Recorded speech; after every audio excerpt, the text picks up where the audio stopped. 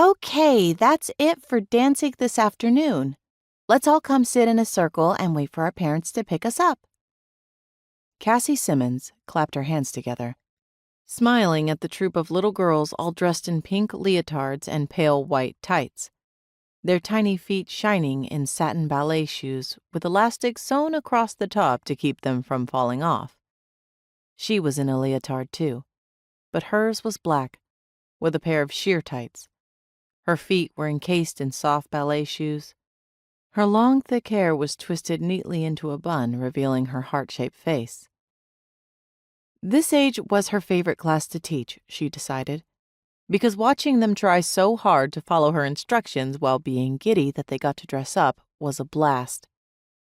A few parents had already arrived and were standing against the walls where they'd watched the last dance of the class, a fun one where Cassie had played the piano and told them to pretend to be birds migrating.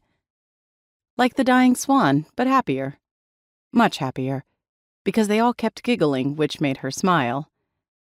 "Okay, gang," Cassie said, sitting in the middle of the circle with the clipboard full of names she'd been given. "If your parents are here, point them out to me." Before the words were out of her mouth, she knew she had made a mistake, because 10 6-year-old girls started shouting excitedly at once. "Okay," she called out. "Let's start again.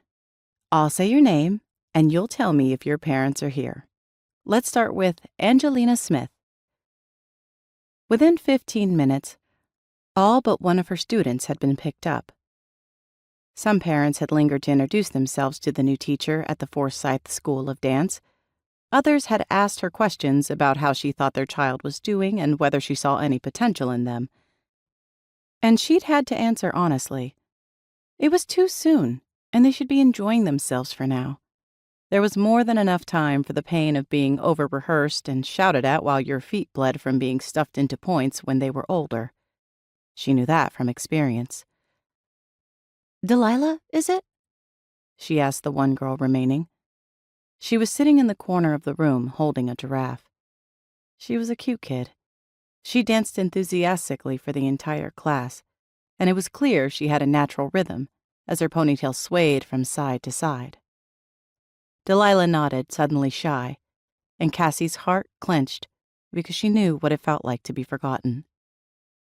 "Don't worry, Cassie looked at her sheet.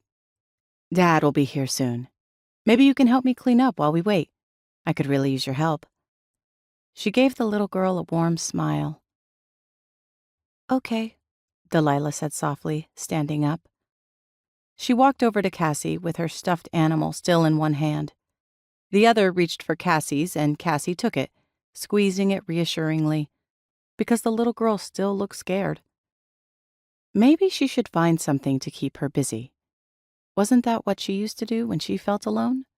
Fill her mind until she didn't think about it anymore?